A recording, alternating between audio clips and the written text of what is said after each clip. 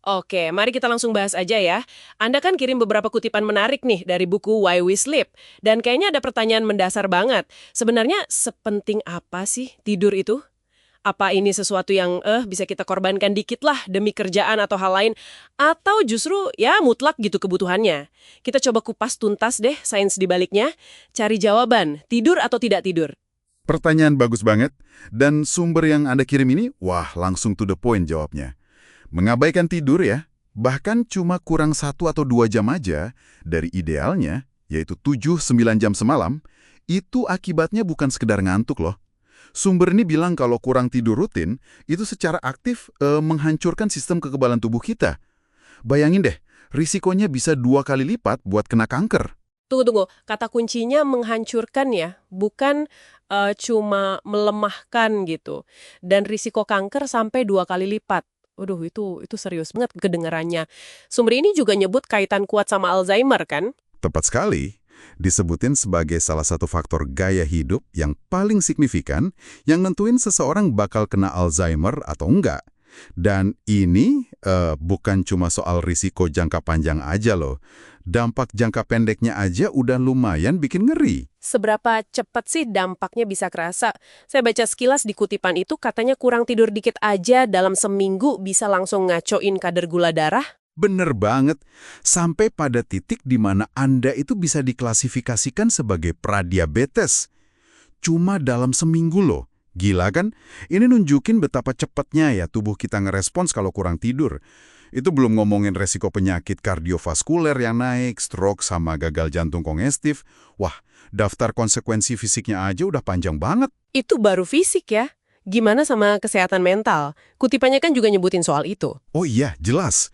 Kaitannya erat banget sama macam-macam kondisi kejiwaan. Kayak depresi, terus kecemasan gitu. Sumber ini malah lebih jauh lagi, nyebutin kasus kelainan genetik yang langka banget. Penderitanya itu ngalamin insomnia total yang makin parah dan ya tragisnya meninggal dalam 12-18 bulan. Gara-gara nggak bisa tidur sama sekali.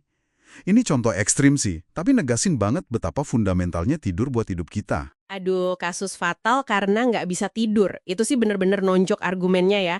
Jadi kalau kita balik ke pertanyaan awal tadi, tidur atau tidak tidur, jawaban dari sumber ini kayaknya udah jelas banget. Tidur itu bukan pilihan. Sama sekali bukan.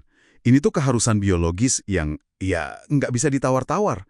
Sumber ini ngegambarinya kuat banget. Tidur disebut sebagai upaya terbaik alam semesta buat ngelawan kematian.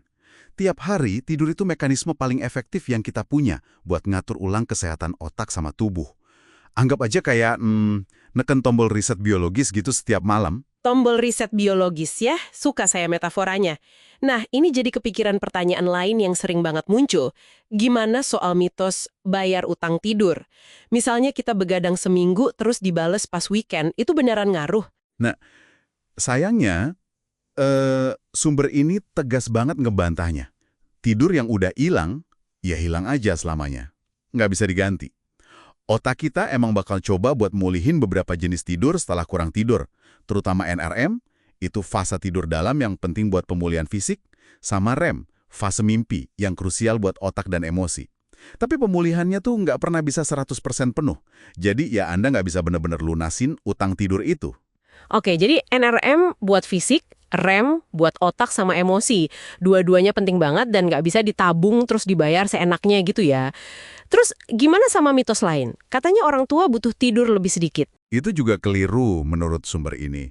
Kebutuhan tidur lansia itu sebenarnya ya tetap sama aja sekitar 7-9 jam. Yang sering kejadian itu kemampuan mereka buat menghasilkan tidur yang nyenyak dan berkualitas itu menurun seiring umur. Jadi bukan kebutuhannya yang berkurang. Makanya mereka mungkin tidurnya jadi lebih sedikit. Tapi itu bukan karena mereka butuh lebih sedikit gitulah. Oke, paham. Jadi kesimpulan gede yang bisa kita tarik dari semua kutipan ini kuat banget ya. Tidur itu bukan cuma aktivitas pasif atau kemawahan gitu. Ini pilar fundamental kesehatan kita. Persis. Ini kebutuhan biologis yang nggak bisa dinego. Sama pentingnya kayak udara buat napas, air buat minum, makanan buat energi. Ngabaikannya itu ya sama aja, secara sadar ngebahayain kesehatan fisik dan mental diri sendiri. Pesan utamanya jelas banget sih dan didukung bukti kuat dari sumber ini. Tidur itu fondasi kesehatan. Titik. Dan ini mungkin ya nyisain satu pertanyaan penting buat Anda renungin lebih dalam lagi nih. Mengingat semua bukti ilmiah yang sebegitu kuatnya soal peran vital tidur buat cegah penyakit mematikan, jaga kewarasan, sampai fungsi kognitif dasar. Kenapa ya di masyarakat kita sekarang ini kurang tidur itu seringkali malah dianggap kayak lencana kehormatan gitu. Atau simbol produktivitas tinggi, bahkan dianggap keren. Bukannya dilihat sebagai tanda bahaya kesehatan yang serius sebagaimana mestinya. Sesuatu buat Anda pikirin deh.